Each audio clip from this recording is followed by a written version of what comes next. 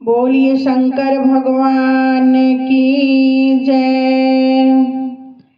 तीर सुलावे पर डमरू टांगे भोला हमार हो। तीर सुलावे पर डमरू टांगे भोला हमार हो। तीर सुलावे पर डमरू टांगे जब शिवा शंकर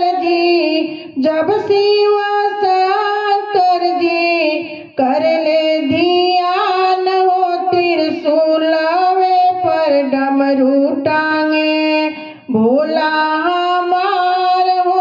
त्रिशूलावे पर डमरू टांगे भोला हमार हो। त्रिशूलावे पर डमरू टांगे महल अटारी शिव के मन ही ना भावे।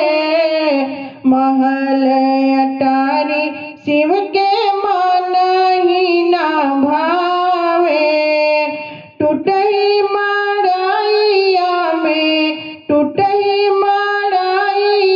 में करे विश्राम हो। त्रिशूलावे पर डमरू टांगे भोला हमार हो।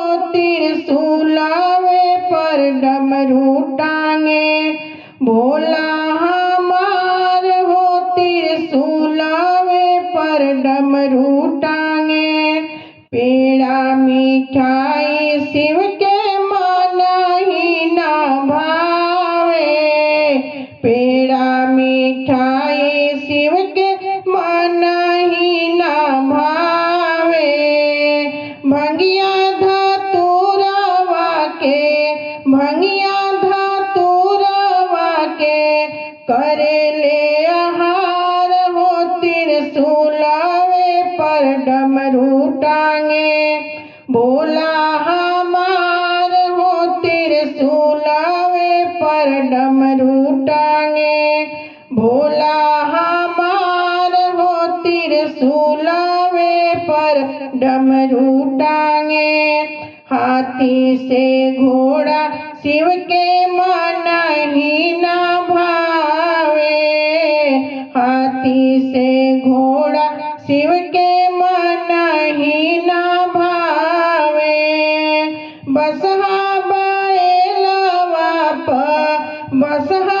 बैलवा पे होकेले सवार हो। त्रिशूलावे पर डमरू टांगे भोला हमार हो। त्रिशूलावे पर डमरू टांगे भोला हमार हो। त्रिशूलावे पर डमरू टांगे चंदन से रोरी शिव के मन ही ना भावेला। चंदन से रोली शिव के मन ही ना भावे। चंदन से रोली शिव के मन ही ना भावे।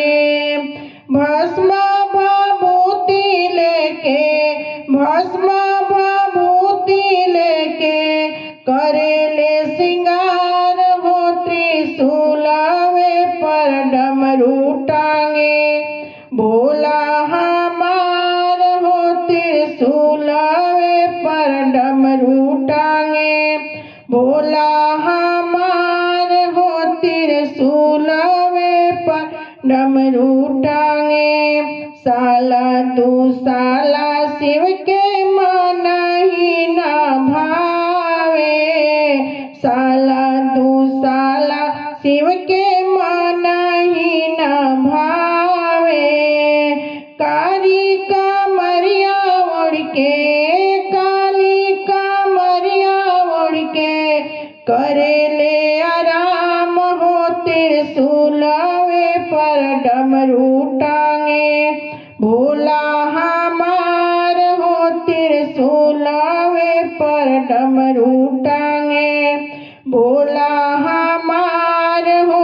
त्रिशूलावे पर डमरू टांगे हाथी से घोड़ा शिव के मन ही न भावे। हाथी से घोड़ा शिव के मन ही न भावे। बसहा बैलवा पर होखेले सवार हो त्रिशूलवे पर डमरू टांगे। भोला हमार हो त्रिशूलवे पर डमरू टांगे। भोला हमार हो त्रिशूलवे पर डमरू टांगे।